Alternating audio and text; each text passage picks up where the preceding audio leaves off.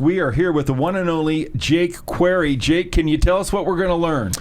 Apparently, we're going to learn about how when I was younger, my attitude wasn't great, and when I got older, my attitude got slightly better, and so as a result of that, so too did my life. So if you guys want to learn about how to increase your attitude from that of an adolescent to that of an adult, from a person that has spoken, interviewed some of the greatest, most influential people in America, I'm telling you, this is a podcast you won't want to miss.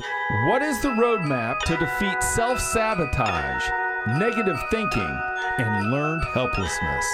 In these unprecedented times, you must get connected, get growing, get certain, and get attitude. The Get Attitude Podcast.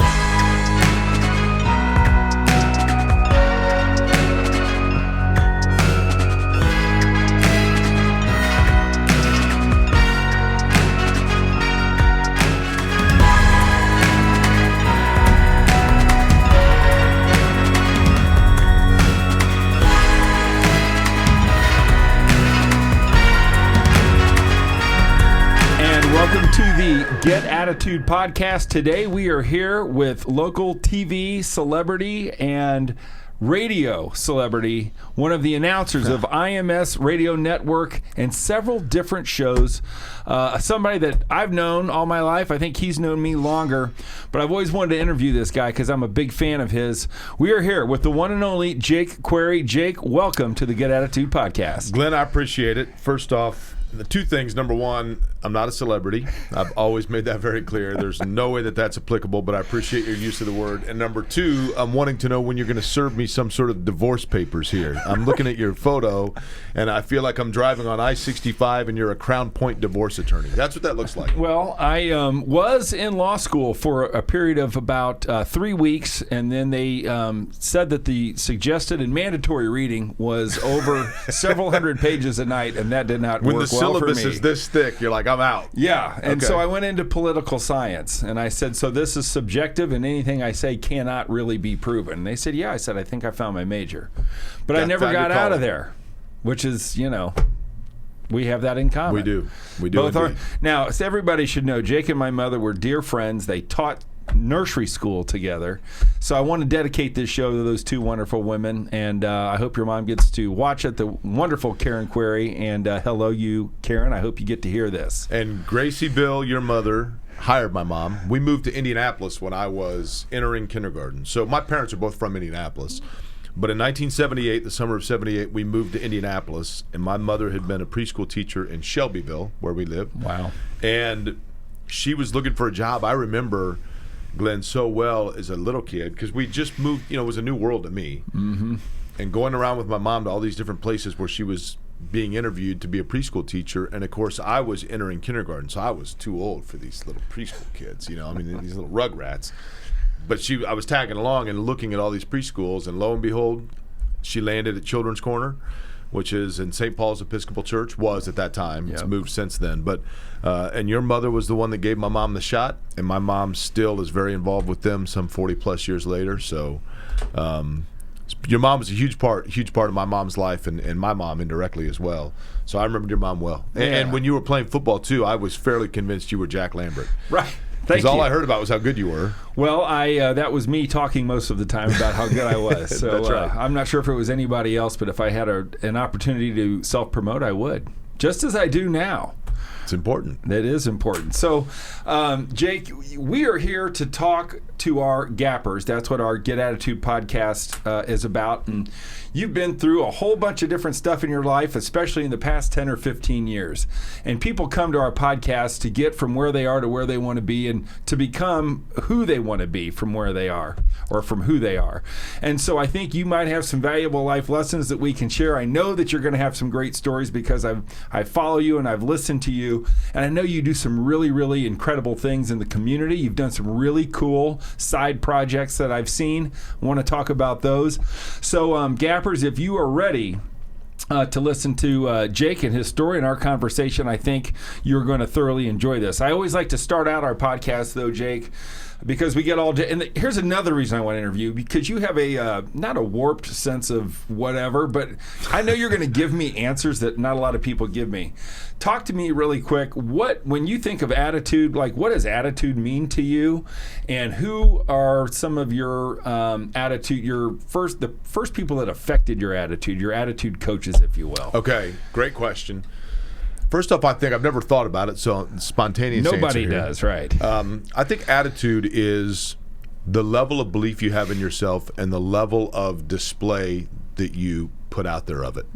So if you have a strong belief in yourself, but you overcompensate in how much you believe in yourself by throwing it out there for everybody, they're going to say, man, that guy's got an attitude. If you don't have much belief in yourself at all, right, and so therefore you overcompensate by trying to belittle everybody else in order to raise yourself up, bad attitude, right? Yes. So I think attitude is something that can be positive, but it's a matter of how much you allow it to come out of you. Now, for me personally, I had two people that greatly, aside from my own parents. Sure. Okay, that goes without saying, because I've had great parents and great experiences. But when I was a senior in high school, I had a bad attitude. I was as arrogant as could be. Everybody is when they're senior, right? Sure. But I was a cocky kid, and I was doing a lot of radio and TV work at North Central High School, and I didn't want to have to do the little things that everybody was having to do in our class. And so one day I balked at an assignment and said, I'm not doing it. I don't have to do it. I'm the guy that talks into the microphone. I don't have to do the editing, those kinds of things. And so I was sent down to the principal's office. And the principal at that time at North Central High School was Dr. Eugene White, who later went on to become superintendent of Washington Township and IPS, and then the president of Martin University. And Dr. White, I get sent down to the principal's office, and he sees me, and he says, what are you doing here? And I said, well, they want me to do this, and they want me to do that, and I'm angry, right? I'm just a typical high school kid. So he calls me in his office and clears his schedule for like 30 minutes and shuts the door. And he says, Jake, let me tell you something about your attitude. And he said, I know you feel like people are out to get you, right? And you feel like you're being asked to do things you're not supposed to do, and you feel like you're above all of it. And I said, yeah. And he said, okay. And he said, but the way you handle people and the way you handle the situations and the way that you determine where you're going is a direct reflection of who you are on the inside. And he said, when I was your age and I was a senior in high school, he said, I grew up impoverished in Phoenix City, Alabama, with a speech impediment as a black man. Now, if I allowed what everyone thought of me to dictate my attitude, what I'd be right here, right now, as your principal in high school. Wow. But you need the younger you are when you learn to filter out what you are portraying to other people versus sucking it up and doing what's asked of you, the better off you're going to be. So, long-winded and circuitous, that is the person that most directly affected the way I handled in the future my attitude regarding things. And I love that story. I think that's good. Oftentimes people say, of course, Glenn, it's my parents. And I do like to go there because, you know what, I think parents are unsung. I think some of our greatest lessons, some of the greatest, most poignant stories can come from our first two attitude coaches that we don't get to pick, mind you. And so I'm just curious, like when you think of your mother, your father, what were the two attitude lessons they both taught you? The number one, I can tell you right now, I was watching the news with my dad. I was probably, I'm going to guess I was nine years old. We're watching the news one night. There was a story on the news about a Brinks truck that was on an overpass and the doors flew open and money is flying out. And so all these people monies are falling from the heavens for people, right? I think it was in California somewhere. And I said to my dad, man, Dad, like what would you do if all of a sudden like $100 bills were falling out of the sky? Think about how much money you'd get. And my dad said, I wouldn't get any. I said, what are you talking about? And my dad said, I wouldn't take any of it. I said, you're crazy. Like, you're crazy. That's the dumbest thing I've ever heard. Why would you not take any of the money? And my dad said, because Jake, it doesn't belong to me, and my integrity is worth more than that. Oh, nice. Right. And I've never forgotten that. Awesome. And I was 9 years old. Awesome attitude lesson. Gappers, I think we all know, at times in our lives, maybe we have taken when we shouldn't, and that affects your attitude, not only for the time you do it, but for the rest of your life. And that shows up in the form of regret, and it shows up in the form of lack of growth. So, unbelievable attitude lesson from Mr. Query. How about Mom? What did she give you? My mom actually, the thing about my mom that I think I didn't realize at the time, but when I was in school and growing up and whatever else, I mean, look, I was a pretty arrogant guy. I don't know. I mean, I was never a bully by any stretch, but I would rib people and jab with people as well as anybody, right? But I never did it for people that I thought were overly vulnerable. Right. And, to this day, Glenn, I've been very fortunate to have one of these, right? I've had a microphone for the better part of my adult career. Right. And I have always felt that microphone came with it a responsibility to use it for people that don't have one of their own. And I don't know exactly how or where, but my mom made it very clear to me from a very young age that when we would do things or when I would have birthday parties or whatever it might be, she made sure that everybody was included. Nice. And she made sure that I went out of my way to make sure that every kid was included and that the underdogs were the ones that I always gravitated towards. So, I think in that regard, my mom made it very clear to me that no one was invisible. Cool. And so I think I've always tried to carry that. I love that. And then not to go too deep in the family tree, but we get some of our best answers. I don't know if you were close with your grandparents. Everybody has 4 grandparents, but if there was one lesson or 2 lessons, depending on the grandparents, what did your grandparents do? I love to know this, and it's so amazing the answers we get. Like, where were they from? What do they do? And then what do they teach you? My grandparents like a lot of people, I as a child, I was exposed more to my mother's parents because they lived in Indianapolis. My dad's parents had moved to Florida before I was born, and they were older. So my paternal grandfather passed away in 1982. I was born in 72. Right. My grandmother passed away later than that, but I didn't see her as much. But I know that my grandfather was a hard-working guy. He had 10 kids. My dad's one of 10 kids. Oh, my gosh. So...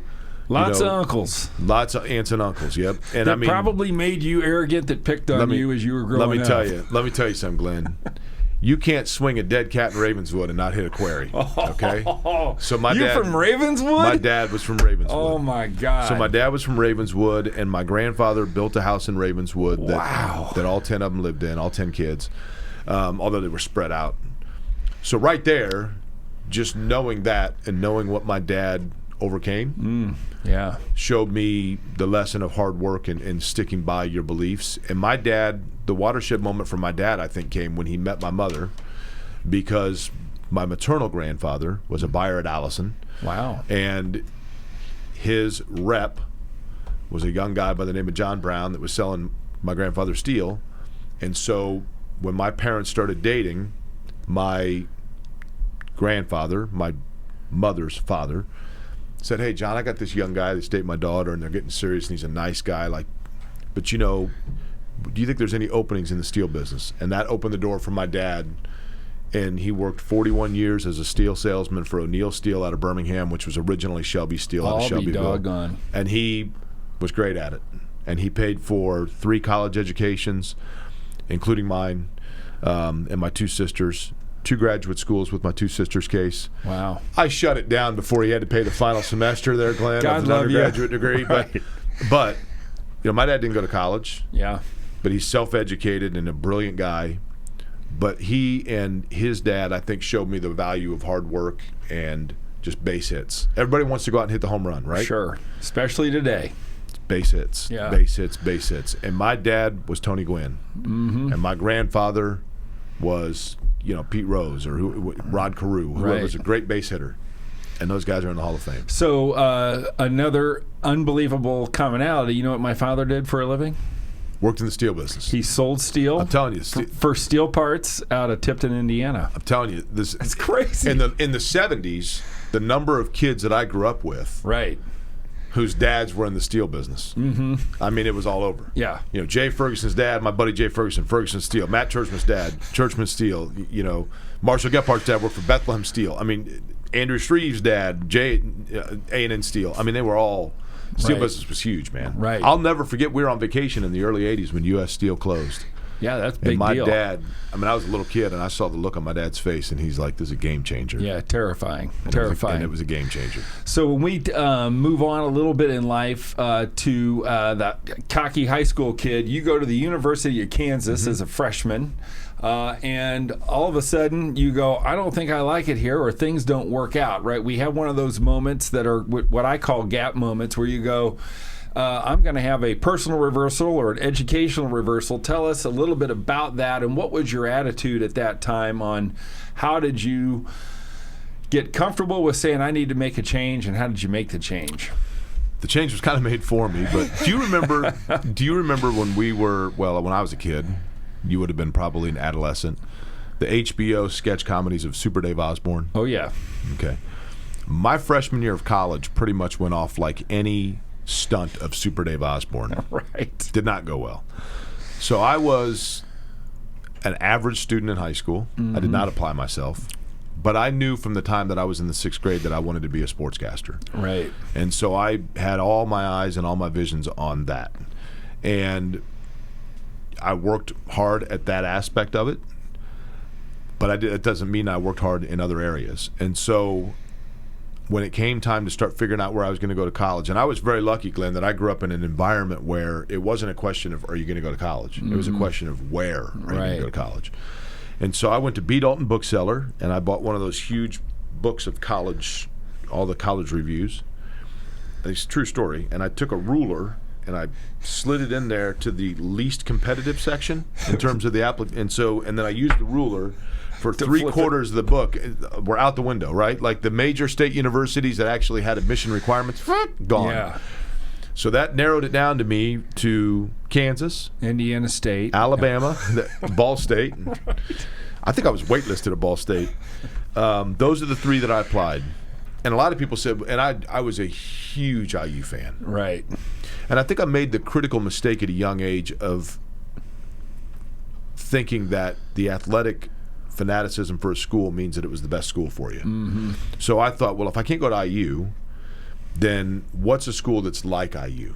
Good in basketball, a major state university, hour and a half from a metropolitan area, Kansas. And it's Kansas and Alabama were the 2 that had the least competitive, 92% acceptance rate. Nice. I got to make that, right? Yeah, hopefully.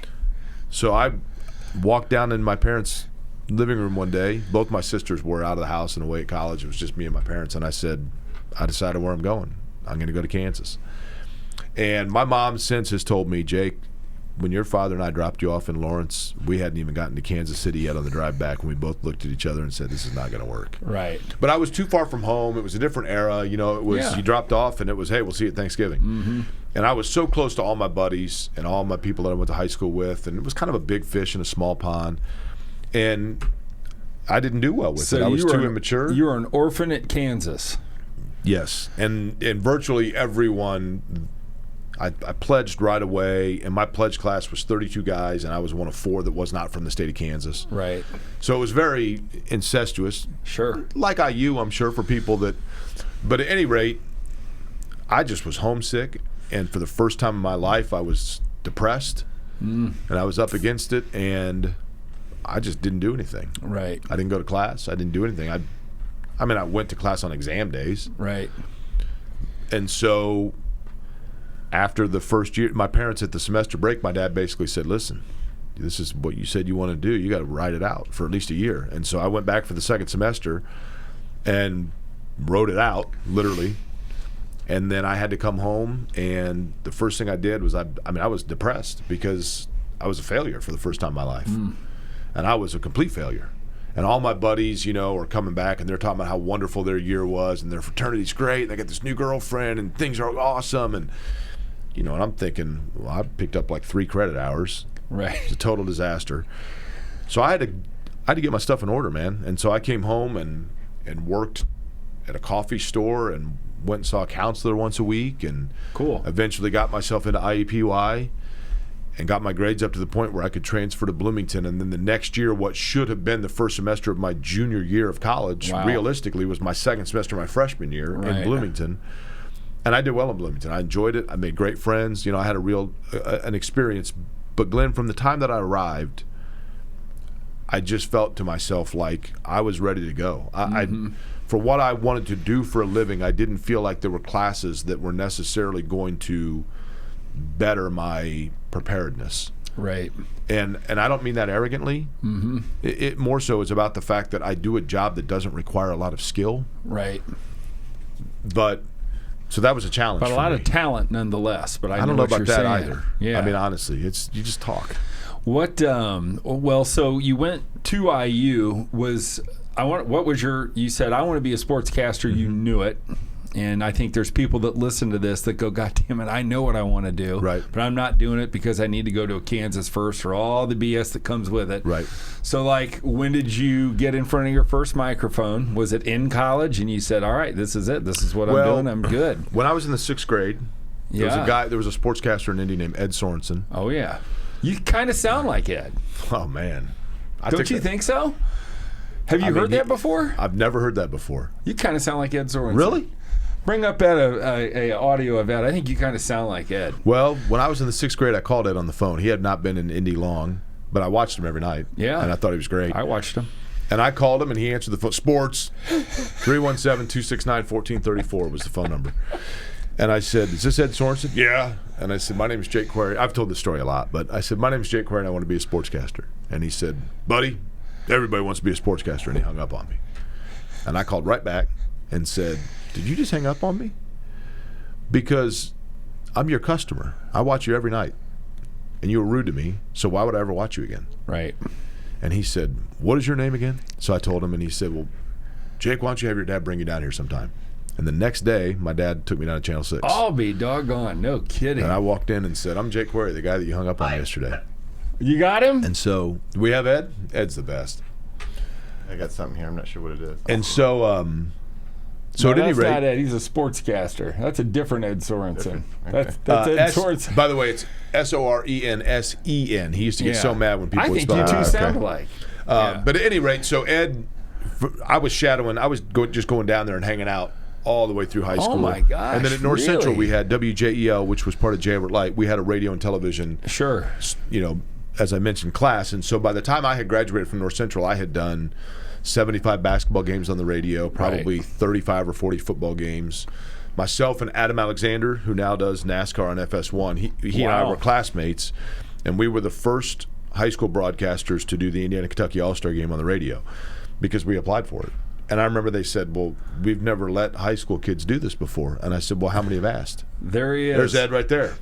Here, title as Indiana goes to class basketball. Let's do a comparison for our people listening. We're in April trailer. If you can she was bring just them up. Enormous in this pressure-filled game. Top-ranked Lake Central and second-ranked Martinsville both went We're in testing Jason's production. That's right. Oh, yeah. Well, you need your headphones on. That's why you can't hear it. Oh, well, that's okay. Well, those of you who are listening, we don't have our headphones. Listen to those golden pipes, man. Ed was the best. I swear to God. Ed was the greatest live talent I've ever seen. He was unbelievable. But at any rate, so I had done all that, and then when I went to IU, I did not major in broadcasting. I was an English major because I figured if anything else, I need to have a command of the language. Right. I need to know how to write it and speak it. And I also didn't know, what happens if it doesn't work out for me? Mm-hmm. What can I do as a fallback? Well, I can teach or I can write if I'm an English major. So I was an English major. I took no broadcasting classes. But my junior year at IU, during spring break, I took a stack of resumes. This was back when you had to do that, Mm-hmm. And I went to New York City. I had a friend who had a cousin living in New York City. I'd never been to New York, but I did my spring break in New York City, and I got up every day for 4 straight days and went to every television and radio station in the city of New York saying, my name is Jake Query, I'm from Indiana, and I want to do an internship this summer, and here's my resume. Really? And eventually, I think they felt sorry for me. Uh-huh. But Viacom, which was MTV Networks, MTV, Nickelodeon, VH1, they had MTV Sports. And I remember the receptionist at Viacom said, well, those applications were all done like in December. And I said, oh, I didn't know that. I came out here, da-da-da. And she said, you know what? Hang on just a second. And I remember the woman's name. Jeanette Primus was the intern coordinator, came out and said, wait, you're here for what? And that's why I came on spring break to try to get an internship. And I've gone to WCBS, and I've gone to Sports Illustrated, and I've gone to WABC, and I've gone, And she said, are you willing to live in New York? And I said, yeah, I want to live in New York City and intern over the summer. And she said, I'm not going to lie to you. We were full on this 3 months ago. We had 1,000 applications, and we take 22 interns or whatever it was. Unbelievable. And she said, but the receptionist said you were really nice. So if you can move here, you can intern here. Isn't that something? And so I lived in an NYU building for the summer. It was the summer of the Reggie versus Knicks Spike Lee choke. How fun, It was right? the best. Yeah. It was the best. Were you in Madison Square Garden when that happened? I was. Oh I was my not. gosh. I was not at the game. Right. I was in the bar that's attached to Madison Square Garden. I turned 21 6 months before I moved there. Right. So it was the first summer of me being able to be out and go to bars and things like that. And I met a buddy. The first day that I was there, I met two guys. One went to James Madison. One went to Williams College. Oh my gosh. And we just spent the summer together and living in this building. They were interning on Wall Street. And we went to go watch the game, and I wore my Pacers shirt, and it was, I'm telling you right now, that now all of a sudden shaped me. Sure. And gave me this inner confidence that I never had, that I knew I could do it at that point. Right. And so then I came back. I was still hanging around Channel 6. And about 2 years after I was done at IU, one day Ed walked in the office and said, why are you still sitting here? And I said, what do you mean? And he said, all you've talked about since you were in sixth grade is how you want to be a sportscaster. And now here you are, you're like 26 years old, you're still hanging around. Why are you still here? And I said, well, I'm waiting for the opportunity. He said, you're not waiting on anything, Jake, you're afraid. You're afraid of somebody telling you you're not good enough. You're afraid of being rejected. You're afraid of finding out you can't do this for a living. Wow. And I said, yeah, you're probably right. And he said, here's what we're going to do. We're going to go right now. We're going to go into this. He said, you've done this a million times. Because I would always rehearse his sportscasts. Right. And he said, we're going to go in and I'm going to tape you doing my sportscast, and we're going to send it to every television station in the United States. And he had a list of affiliates. And I went in and did a sportscast, one sportscast. And boom. Sent it to every tape. I sent 200 of them out. Right. And 5 months later, I got a phone call. From? Well, the first one I had two messages in the same day, oddly enough. And I had just gone to 62nd and Keystone and filled out an application at O'Charlie's because I figured I was going to have to become a waiter. And I was working at Channel 6 doing what I could behind the scenes, but I wasn't making ends meet. And I came home one day and my answering machine was blinking. And I was like, and I hit it. And one was from WBAY, a television station in Green Bay, Wisconsin. Wow.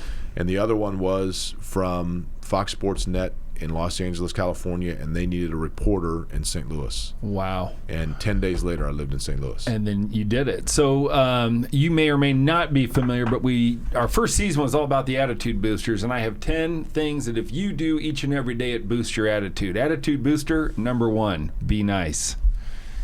Attitude Jeanette Primus agrees. There you go. Jeanette Primus agrees. Attitude booster number 5, have a mentor and copy them, which you did with Ed Sorensen, right? So, Gappers, as you listen to this, I mean, here's a prime example of no matter what you want. I mean, what I saw is proximity is everything. Cut the distance, get in front of the people that can say yes, and then make that happen. So you're in St. Louis you're a sports reporter then in St. Louis. How long was your run on different TV, being a sportscaster and all that, before that ended or before you decided that wasn't for you? Well, I was there for 2 years, and then at the end of 2 years, my contract was coming up, and I knew that Channel 6 had an opening. Cool. So I moved back to Indianapolis, and Ed was still there. Right. But Ed was on his way out. I knew that Ed was on his way out. Dave First, who's like a brother to me. Oh, cool. Dave knew that Ed was on his way out. Mm-hmm. Channel 6 management did not know that Ed was on his way out. So Ed basically said, if you're here and you're hanging around when all of a sudden they realize I'm not coming back, they're going to have to hire you. Right. And they're going to have to make Dave the sports director. So that was kind of by design. Sure. I mean, it wasn't by design. design. Where did Ed go? Chicago or something big? No, or? Ed, I don't want to take up too much time here, but I will tell you this.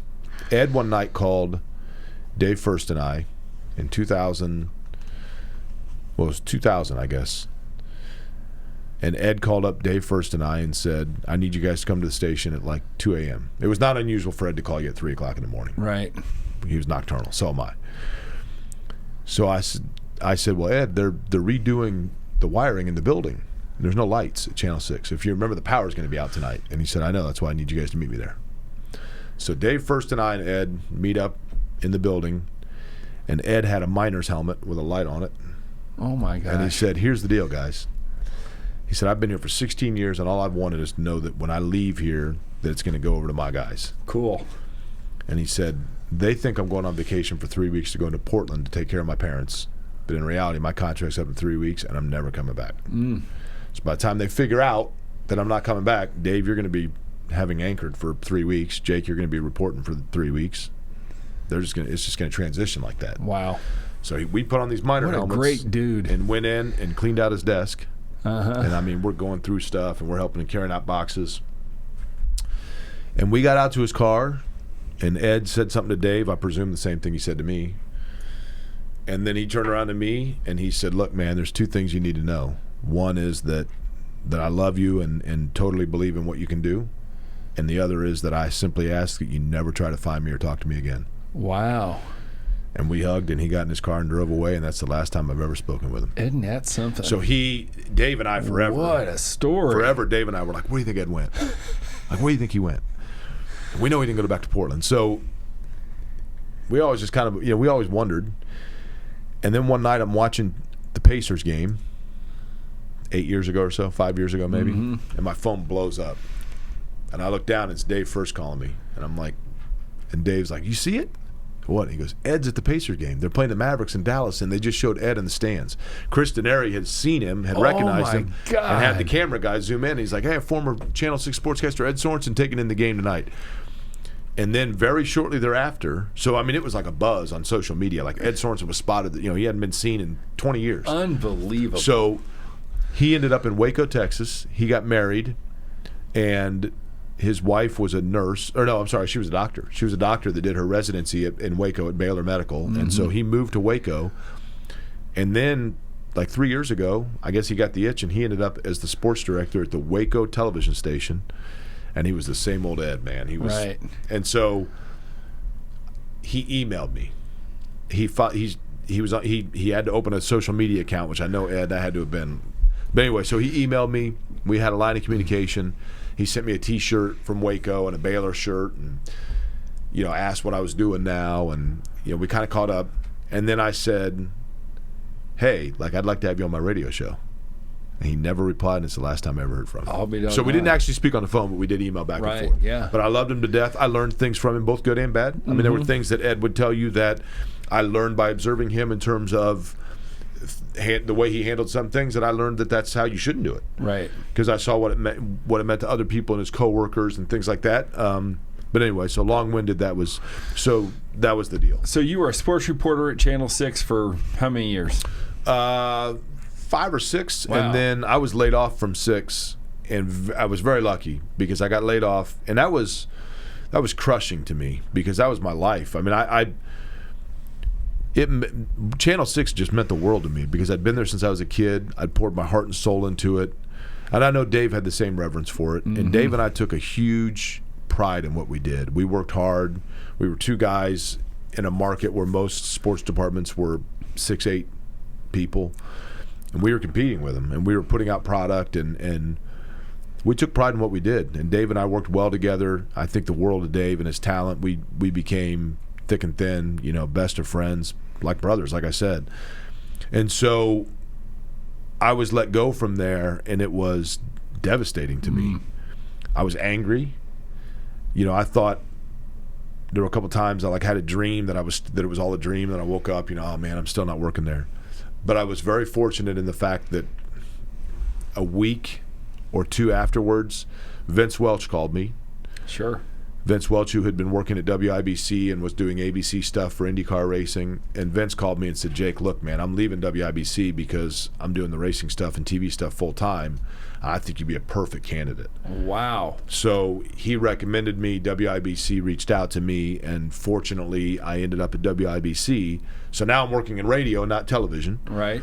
And I enjoyed it from the get-go. I didn't like getting up in the morning, but I enjoyed it. And I figured my number one, Glenn, from the time I was this big, my number one goal, aside from being on television, was I wanted to call the Indianapolis 500 on the radio. Right. And so I thought, well, I'm working for IMS, which is WIBC, which is the flagship for the IMS radio network. Like, this will be easy peasy. I just walk in and tell them, like, hey, I'm here. When do I start? Didn't work that way. When's my show? Right. Right. But I was able to parlay the job at WIBC into working for the IMS radio network and starting doing the 500. And so that came to fruition for me. And so you are IMS, that's what you're doing now full-time? Yeah, we're never actually technically speaking Full-time. We're contracted employees. Right. But I have been with the network since 2007. Right. So that's a long time. So I've been listening to you call the race for the past 14 years. Is it turn 3? Correct, yeah. Right. Okay. So, Gappers, all I'm telling you, like, my favorite thing to do is listening to your team call the Indy 500 for 17 years at this point. And for those Indianapolis people that listen, and thankfully we got people all over the place, but huge IndyCar fan, huge fan of what you guys do. Has it been all 4 same guys in the 4 same turns? No, pretty close. So as it stands now in 2021, Nick Yeoman, who started 2 years after I, is Was in he turn a 1. Penn guy? I'm wondering, like Wally Yeoman and the Yeoman families? He's from Lafayette. Okay, all right. He's from Lafayette, bigger family, and went to Ball State. And Nick had a similar journey to mine where he reached out to Mike King, who was the anchor on IndyCar Radio when he was in college. And so Nick was hired 2 years after I was, and he was young. He was only 24 when he started. And he was in the pits for a number of years and then moved to the turns. But Nick is in turn 1. Jerry Baker was in turn 1 when I first started. Right. Legend. Legend. Yeah.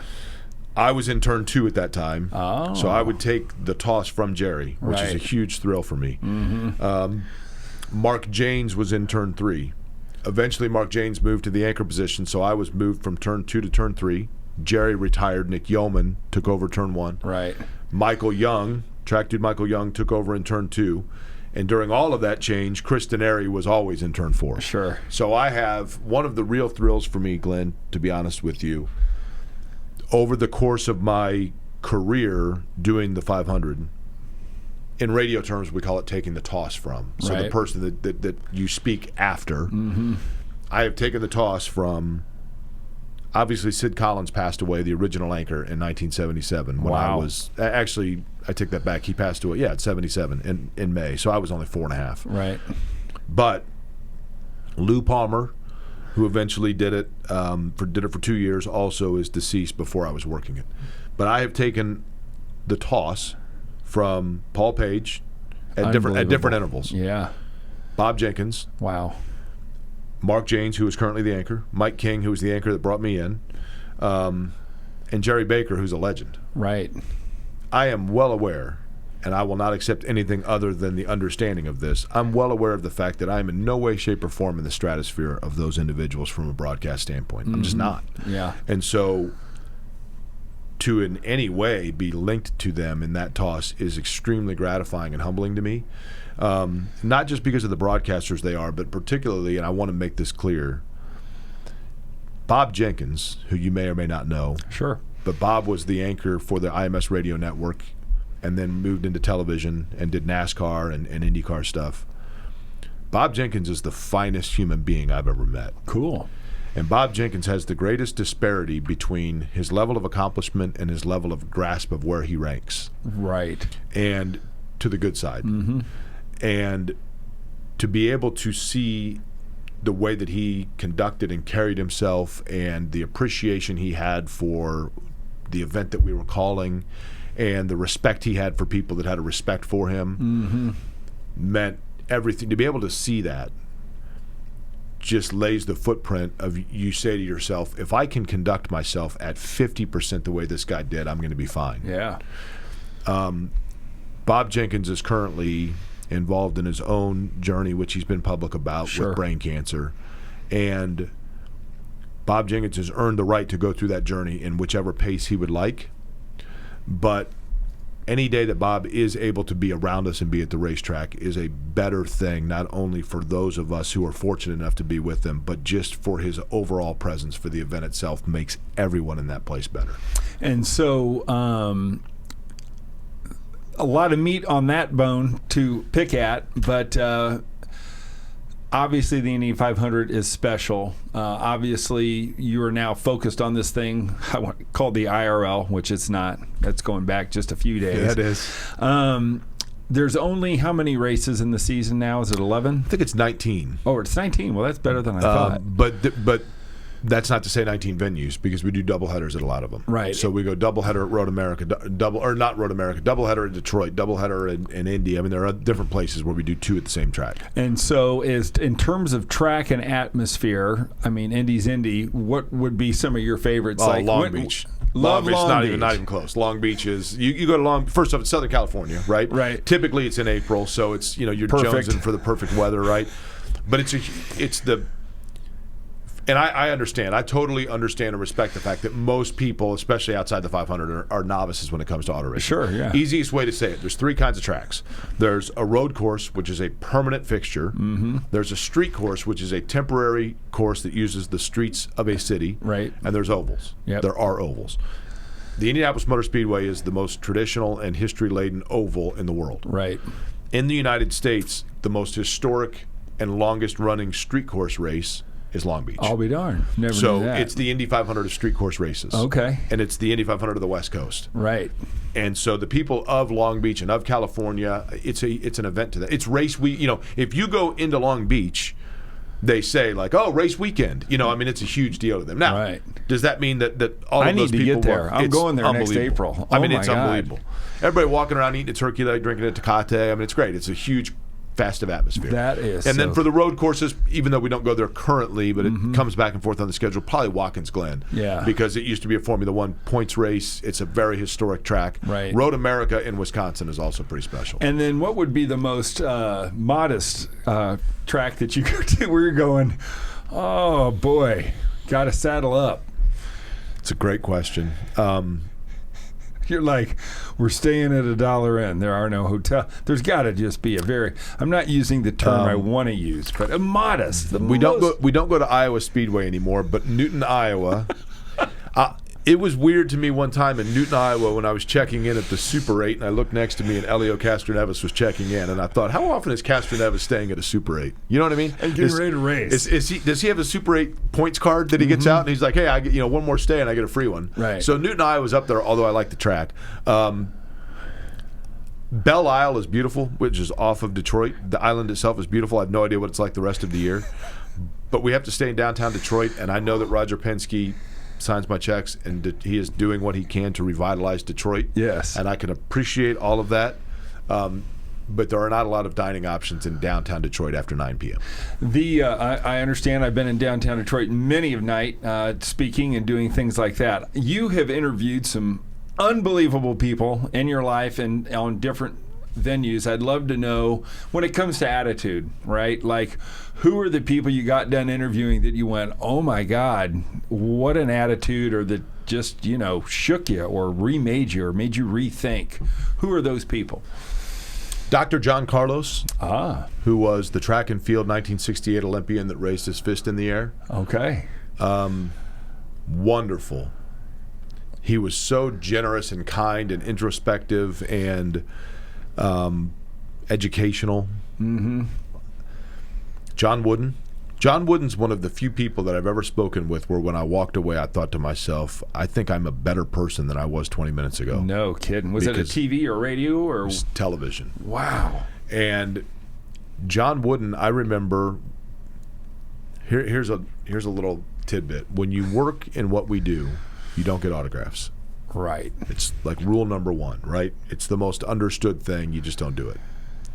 There have only been 3 people that have asked for their autograph. John Wooden was one. You had the itch. You said, I got to do this, right? Right. But I didn't say, can I have your autograph? I said, Mr. Wooden, if I were to send you a photo, would you be kind enough to sign it for me? Oh, that's a nice way to do that. Thanks for the tip, Jake. And he said, I'll have to give you my address. No, I'm just kidding. But anyway, so he says, sure. And he gives me his address, and I thought, I think this is his home address. Like, he gave me his home address, right? So I got a photo of John Wooden, but it's a fairly famous photo of him, but I got a photo, I purchased a photo of him as a player at Purdue. Yeah. And he's in his defensive pose at Purdue wearing his Purdue jersey.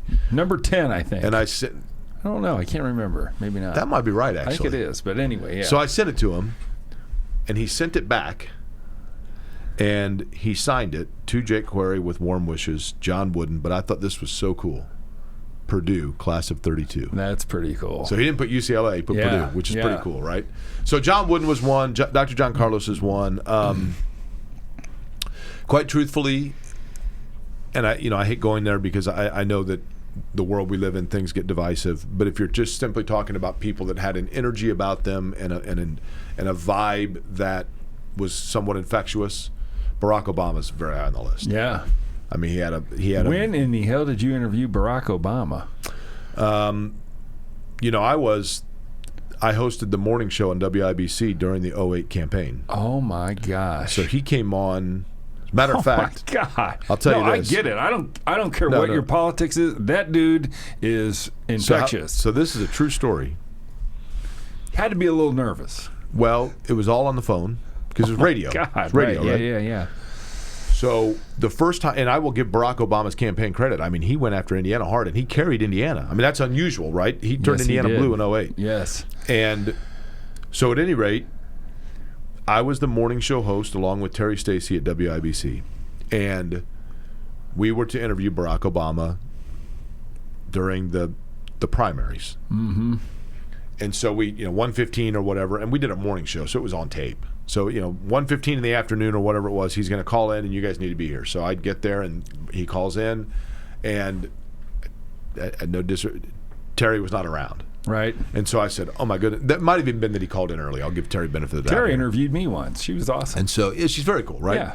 But she wasn't there. And so I said, well, what are we going to do? Like, he's calling right now. And I said, no, you want to dub her in later? The magic of editing, right? Right. And they said, no, you got to do it with both of you. So Obama, we answered the phone. Holy crap. And I'm like, well, how do I say to this guy, listen, can we call you back? You know what I mean? So I say, so Obama's on the other end, and I say, Senator, I'm terribly sorry to say this, but unfortunately our computer has frozen. And so we can't record right now. And so you lied to him. Correct. Yeah. Why not? And I said, look, I got to protect my coworker here, right? Of course, you're loyal. Terry's out smoking on the loading deck. Nice. Not really good, right? I love her. So I say, so good. We can do one of two things. We can either call you back in like 15 minutes, or if there's another time you can call us. I'm very apologetic. And he says, or you and I could talk about basketball until your computer's working. Oh my God, you're kidding me. And I me. said, okay. And he, without pause, said, I want to know if the Pacers are going to trade Jermaine O'Neal. Really? Did you record this too? I'm sure we have it. Yeah. Wow. So we talked basketball for probably 10 minutes. Pacers basketball? Pacers and the Atlanta Hawks. I remember there was something going on with the Hawks at the time, some drama with the Always Hawks. Our nemesis. Yeah. And so we talked about it, and then Terry finally came in, and I said, oh, hey, our computer's running. And he said, that's what I'm talking about. Let's go. Oh my and we God. Did, and then so that began a rapport of we probably did 4 or 5 interviews with him. He came so on like cool. every 2 weeks, and he was doing every interview. I mean, he was blanketing Indiana, so we were not. It was not exclusive to us. He was doing interviews everywhere, but he just had an energy about him where you're like, man, this guy. Your politics aside, when I saw him on he's TV, so good. So it was cool. like, man, I feel like I know that dude. Right. I mean, I don't. Yeah. But he was up there. Those are a good top 3. Anybody else you want to mention real quick? My favorite interview I've ever done was David Letterman, but that's just because I'm a huge fan of David Letterman. Right. And radio, TV, or which one was it? For David Letterman, I did. I mean, I've done it several times because he's an IndyCar owner. Sure. But it was radio, and I did it actually when they closed Broad Ripple High School. Oh, my gosh. So I interviewed him about that, and could not. I went and sat down with him just like this, and for probably 20 minutes or so, and he could not have been cooler. In Broad Ripple? At we actually did it. We actually did it at the Sonoma Raceway. Okay. The day before the vote was to happen, but we knew that it was going to happen. Yeah. And it aired on the day of the vote itself. And so that's Jake Query on the other side, being who he wants to become. What about the Jake Query on the person that he was? Because we can't become the person who we are until we really recognize.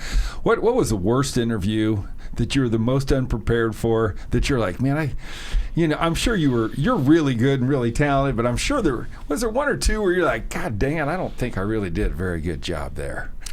There are times when someone would say something like kind of a smart-ass reply, and you think to yourself, like George Costanza with Jerk Store, you're like, this is what I should have said. You know what I mean? Like the Jerk Store called and they're running out of you. Right. Like, I got to set this meeting back up. I got to do it. That's happened. It happened to me with Randy Johnson when I was in St. Louis, and Randy Johnson was with the Diamondbacks, and he was just an ass. Yeah. Didn't want to do it. Yeah. And in hindsight, I look back at it and I think, man, I should have handled that differently. I think it was more so that there have been times when I was in television and I was anchoring, I was trying too hard. Mm-hmm. I was trying too hard to be edgy. And just, I don't know that I've ever found, I don't know that I'm successful. I don't know that. That's for someone else to determine. I succeeded in being able to do a lot of what I wanted to do, but truth be told, Glenn, I don't know that I ever succeeded or was able to accomplish any of those things and any of those goals until finally I just quit being anybody other than me. Right. I just was me, and I think when I failed, it was when I was trying to be. And I'm not saying that I am the formula for success. Great lesson. You know, by being me, I was okay being me when I failed. Right. If I failed, it was like, hey, but you know what? That just means that I was a round peg and that was a square hole. So now I got to find, where's our round hole? And so that to me was much more comfortable than the times when I had found what was deemed as a success, but I knew that I was an imposter. Right. That sucked. Yeah. And I've been there. Yeah. I've been in situations where people thought I was doing a good job, and I thought to myself, but I'm not doing a good job. The guy that I'm playing is. Right. Yeah. That Imposter sucks. syndrome. Big deal. That sucks. Right. And so I think the message that Jake gives us, Gappers, is authenticity is really the way to bridge the gap. To be the person you already are is the way to be the best person that you can be. So I think that's very, very smart. I want to touch on real quick because I want to respect your time. I know you got to get rolling. You went through a pivotal time with having a massive heart attack. And for those people that are out there listening, and we're building a great audience, I'm so proud, and thank everybody for continuing to listen, to post, to share, to subscribe, or do whatever the hell we're supposed to be doing. What was bridging that gap like? Number one, what's the message to those people that aren't getting checked that maybe they should? What was your attitude before you had the heart attack? What was your attitude going through the heart attack? And now what's the attitude afterwards? Well, I can tell you this. I'm fairly confident in saying this, and I'm not saying it to pat myself on the back, but rather as a lesson. My attitude through all of it's the reason why I'm sitting here. Because I had, on October 22nd, and believe me when I tell you, you never forget the date when it happens to you. So on October 22nd, I was at Blind Owl Brewery at 62nd and Benford. Great place. One of my favorite places. And it was a nice day. It was one of the last really nice days of the year. So it was like, hey, we got to go out to dinner and sit outside. And I remember I was wearing shorts, so that tells you it was nice out. Mm-hmm. So it's, Indian summer. And so we went, and I sat down. I was with my girlfriend Shannon, and my buddy Matt Engel was in town, who lives in Dallas, and then another couple. And I remember we had told Max 6 o'clock, be here at 6, and I was scrolling my phone because I'm like, man, he's not here yet. Did I tell him 6 o'clock? So it must have been like 5 after 6 is my point. Anyway, Mac came in, and right when he walked in, my left arm went numb. And For Glenn, real. I don't mean right. I don't mean like gradually. Mm-hmm. It was like an invisible tourniquet went on my arm and had it this like that. Jesus. And so I knew right away. You did. And I said, I didn't wait for a lull in conversation. I didn't wait for it to be appropriate. I just said out loud. And this is as Mac is like doing the greetings and introductions. And I said, my arm just went numb, and I'm really bothered by this. And I think I need to. And then I sat back and took a deep breath. And Mac said, do you want to get some fresh air? And we were kind of sitting outside anyway. And I said, I do.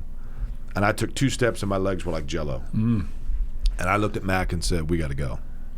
And so Mac drove me to Community North to the Heart and Vascular Hospital. And I walked into the hospital and said, I'm having a heart attack. And they put me in a wheelchair, and they wheeled me up to the window, and the lady slid it open and said, okay, now I'm going to need your license, and then if you have your insurance card and your date of birth. And I said to her, hey, how about instead of my date of birth if I tell you my effing date of death, because I'm having a heart attack. And the guy with the cart, then I heard him say like, oh shit, man.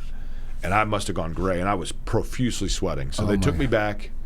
Now, the reason I say all of that was the last time throughout the process that I displayed an attitude. Right. I've known since my dad was 49 and had his first stent put in that this was a reality for me. Oh, okay. So as I was feeling it, I knew what it was, and I said, I'm having a heart attack. And then, Glenn, I just made this cognizant decision right then. Look, this is what life has thrown at me. And I got 2 options here. One is I can freak out, which probably is not a good option. Or the other is I can say, I have no control over what's thrown at me, but I have all control over how I handle it. There you go. And so I just went in, and I said to them, like, here I am, let's go. Yeah. And so the doctor came in and said, here's the deal, man. You've got a 100% blockage of your widowmaker. So 2 of the panels of your heart have started stopping. And we need to get your heart opened back up, and when we do, you're going to feel a lot better. And the cath lab has been paged, and they're on their way in, and when they get here, we're going to take you in, and that's what I'm going to do. And I said to him, now when you say paged, from where are we talking? Right? Right. Greenwood? Fairly critical, you know. Right. And he said, they have 20 minutes. The clock's already started. We're at 16. So this is going to be done within the next 16 minutes. And I looked right at him, Dr. Benjamin Mottman, and I said, so tell me, shoot me straight, Doc. Am I going to die? And he said, I'll tell you, you're in the best place that you can be if that process begins. And I said, that really didn't answer my question at all, which kind of answers my question, right? Right. And so I made, he and I chatted a little bit, and I called Shannon and said, you should get up here. And then I thought to myself, my place is a pigsty, and I'm embarrassed my parents are going to have to go through all my crap. Oh, shit. And Dave First is supposed to be like the wolf in Pulp Fiction. He's my cleanup guy. Right. And I'm like, and Dave is at the IndyCar race in Florida, so my place is going to be a pigsty, and my parents are going to be going through it, but whatever. But I just knew, look, this was in the cards for me. And so I got to respect that everybody's doing the best job they can do. Right. And so I remember he came in and said, hey, the cath lab is open. And I said, this is going to go one of 2 ways. I'm either going to come out of this or I'm not. And I looked at him and I said, well, let's go. And that's what we did. And that's attitude booster number 6, ladies and gentlemen, control your emotions. So it sounds like, yeah, you could have freaked out, but you, for some reason, had that inherent strength to say, I'm going to control my emotions and make it happen. And listen, I want to make clear here, Glenn, I'm not in any way, shape, or form stating that I had some strength. Sure. It really came down to this. In that moment, I was able to, and I'm very thankful that I was able to do this, but I was able in that moment to really look back at where my life is, what I've been able to accomplish, from Kansas. I mean, kind of what we've done here, right? To where I am. And I just knew in that moment that if that was it for me, that I couldn't be ashamed of it, because I was pretty happy and pretty proud of being true to myself. Yeah. And so in that moment, I realized if this is it, my only regret is that I didn't live longer.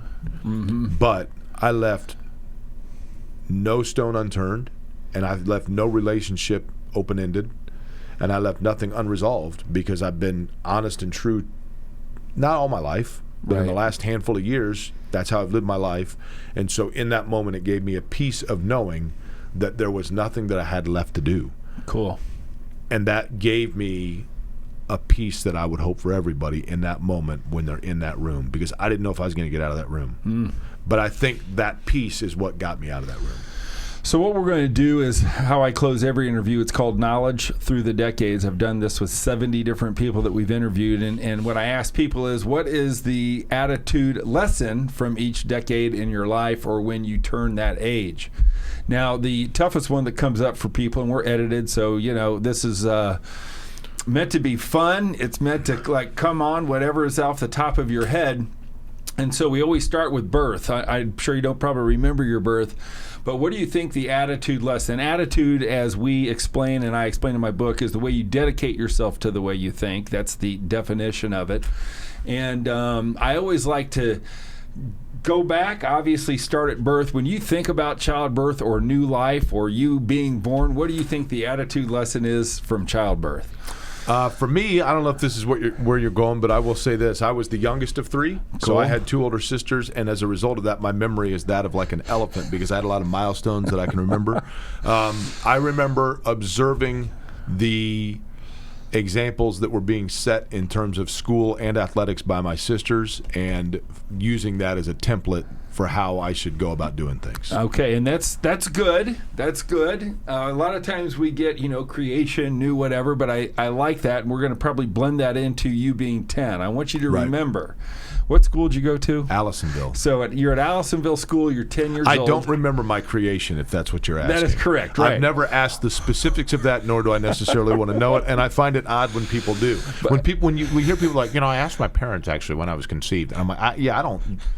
I'm still kind of holding out hope that my parents come to me and they're like, we're adopted and we're just good friends. Right. Okay, cool. I'm cool with that. Well, I have people in our family who actually filmed the birth of their children with their best friends in the room, which is that's overshare. Mm-hmm. But I want you to go back to when you were 10. It's better than filming the conception. That is truth be told. I don't know. Actually, I think I'd rather watch the conception. That's probably true too. The birth, it may be better. You might have friends that have done that as well. You just don't know, right? There's no question. Well, I think if we scan the internet, we may find it. Maybe Jason, our producer, has some video on Let's that. see if he can do a better job Pulling than he that did up with right the now. audio. Jason, can you pull that up, please? So let's go to 10. Think about yourself as a 10-year-old. What was the attitude lesson for you when you were 10 that you may have learned from a coach or a parent or a friend or yourself or a teacher? I do remember this. When I was 10, I was 10. And I struck out in Little League and came back and threw my helmet down. And Mr. Kinghorn, my coach, said, and I started to kind of whimper. And he said, "What's the matter, Query? You getting outplayed?" And I looked right at him and said, "Hell no, I'm getting outcoached." and I remember afterwards he said, it was like a couple practices later, he said, "Man, I got to be honest with you about two things." I said, "Okay." And he goes, "You never should have said that. It was the wrong thing to say. You got to respect authority." And he said, "But that was such a quick wit, man. That was strong." I mean, he was like, "That was strong." That is money.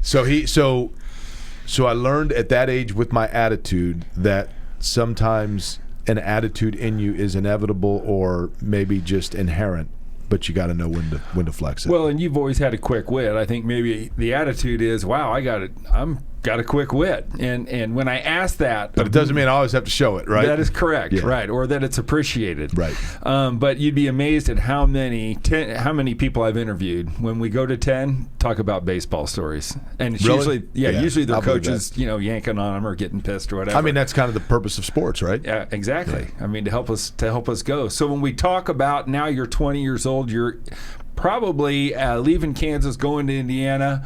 Went through some personal growth, which I heard. What was your attitude lesson at 20? I think my attitude lesson at 20 at that point was that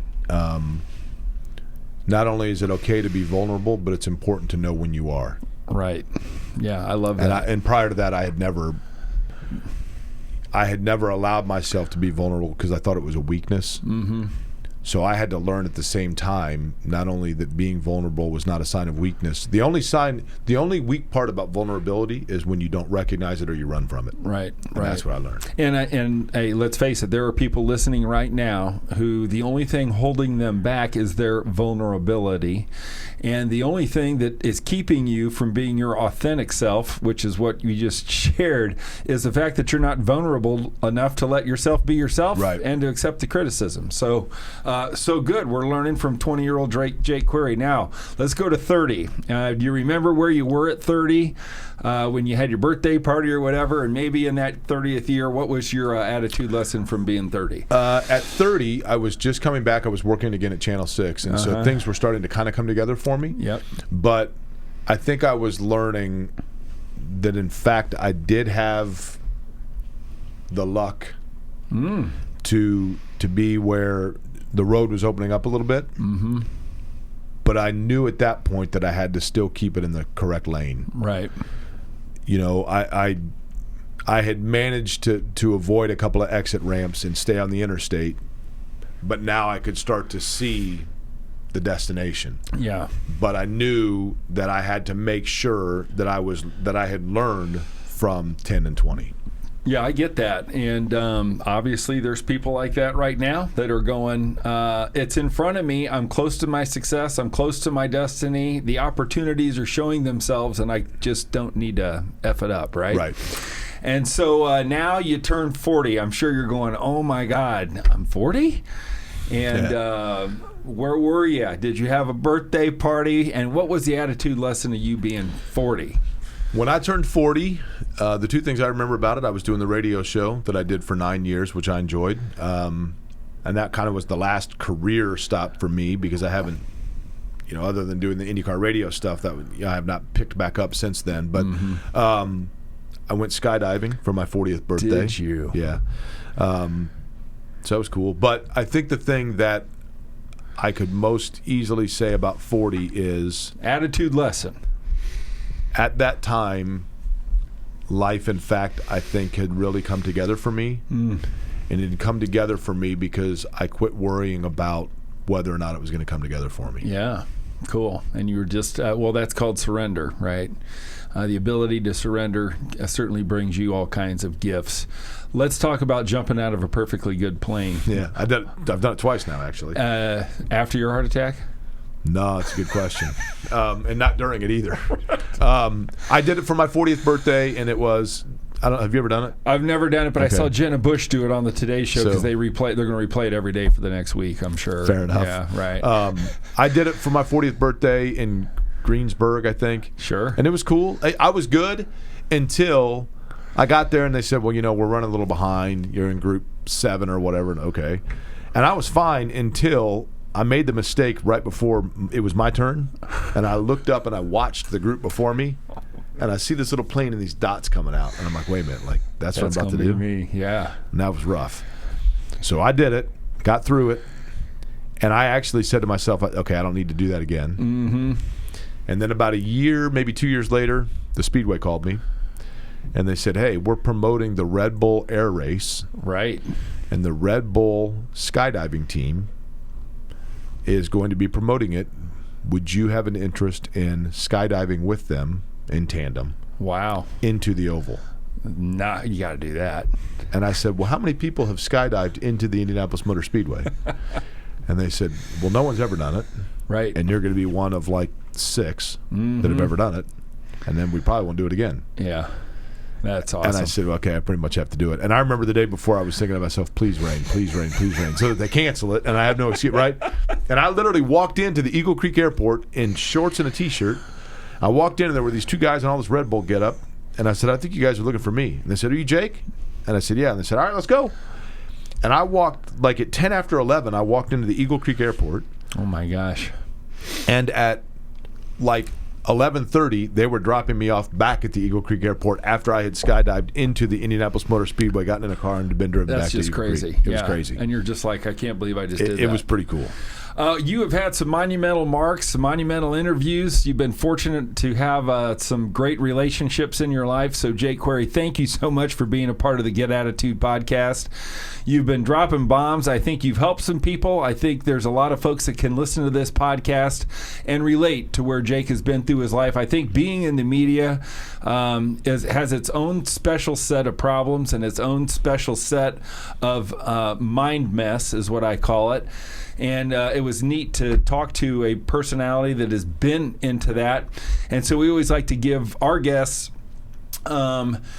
one last shot to give a message of hope for the people that are out there that are maybe that aren't doing so well right now, that are listening to this podcast because they want to get from where they are to where they want to go. There are plenty of successful people that listen to this, but what's your message of hope, or what's your Jake Query mantra? I don't know if you have a mantra, but what would you like to just tell our gappers in closing to carry on with the rest of their year in life? Well, I appreciate it. It's very surreal. And it's a little bit incredulous to think that anybody would want or ask for my advice, right? But, you know, I think a lot, Glenn, about the fact that because I had a heart attack and I faced, that kind of makes you reevaluate a little bit. And I just realized that I've been really lucky. I've been surrounded by great people, great friends, great family, great bosses. And all of that it did not come without challenge. But through the challenges and through the difficult times and through the depression, which I've had on a couple of occasions, I never lost sight of where I wanted to be, but I never lost belief deep down that I could get there. And I also became more appreciative and more aware and more magnetized to those that I could see had a belief in me. And it was those people that allowed the final push to get me there. But I had to keep that belief in myself for them to see it first in me so that we could work as a team to get there. Yeah, that's cool. That's cool. But it does work out, and I always tell people, when you're down and you're depressed and you're thinking about it, it makes it that much more rewarding when you get there. Yeah, I love it. And one thing I was remiss in, and I don't know if there's any way to find these, but Jake has done some really cool stuff. Philanthropy-wise, Attitude Booster number 10, be a part of something bigger than yourself.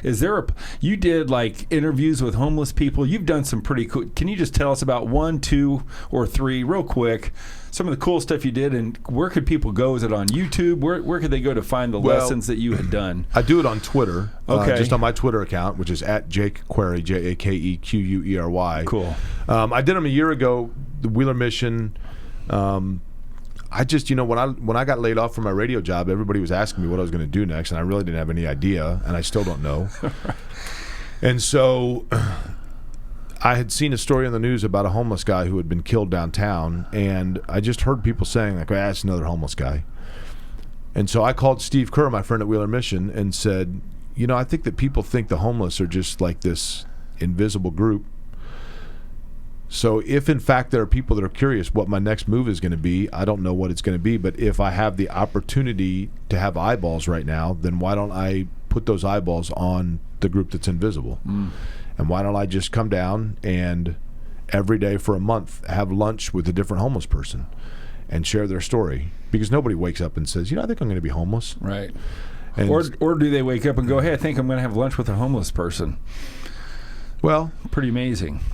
I looked at it as I enjoyed it. Hot Box Pizza was great about helping me. I got up every day and I went down to Hot Box and picked up 2 pizzas, and then I went to different people that Wheeler Mission set me up with and sat down and slid a pizza over to them and just said, "Hey man, I'm Jake. Like, what's going on?" Right. Like, so where are you from? Tell me your story. And people were very open with me. I bet. They were very honest. And so I called it 30 lunches in 30 days. So if you go to Twitter and you search the 30 lunches in 30 days. Yep, you'll get it. You'll see each of the different profiles that came out. And so because I have to ask, what was the one attitude lesson that came out of those 30 that, I know there was a lot. I know there was one in everyone, but what was one that hit home the most? The thing that I most noticed. Boom. The thing that I most noticed was the number of people that had childhood trauma. There you go. And so They now are in a shelter because a childhood trauma led them to substance abuse or other such things. And they finally got to the point where they realized that it was time for them to control the narrative. Mm-hmm. I love it. And that's why they're there. And then this other thing here down below, this year, right now, what I'm doing is, the other group of people that I think are kind of invisible are people with mental disability. Sure. And, people that have cerebral palsy or autism or ADHD, these are things that they didn't choose. Right. Going back to talking about, their attitude from the get-go, they were given a hand that created an attitude perhaps for them. Mm-hmm. And so I got together with a group called the Erskine Green Training Institute, which works with people with disabilities, empowering them and giving them the training necessary to get out into the world and to make their own, kind of blaze their own path. And so right now I'm in the middle of them. I'm 11 into it.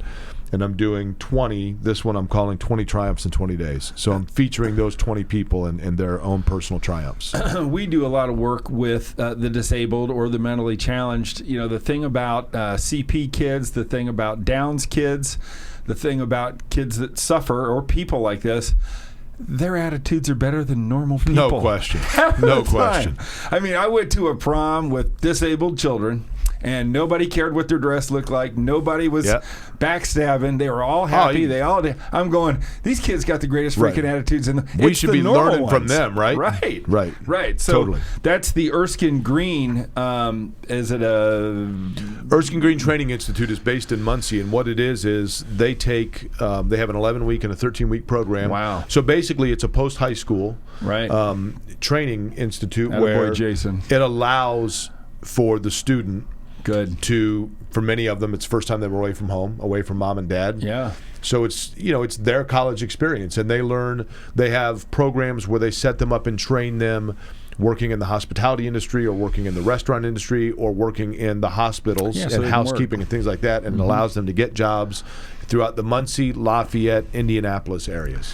I love it. So, ladies and gentlemen, that is the one and only Jake Query. Now, look, I know that Jake has more in him. I know that he is going to do something. I think it's going to be a Emmy award-winning something that's going to be fantastic. I know that he's not seeking it, but I don't care how famous you get and how great you are. Just don't move out of turn 3 for me, man.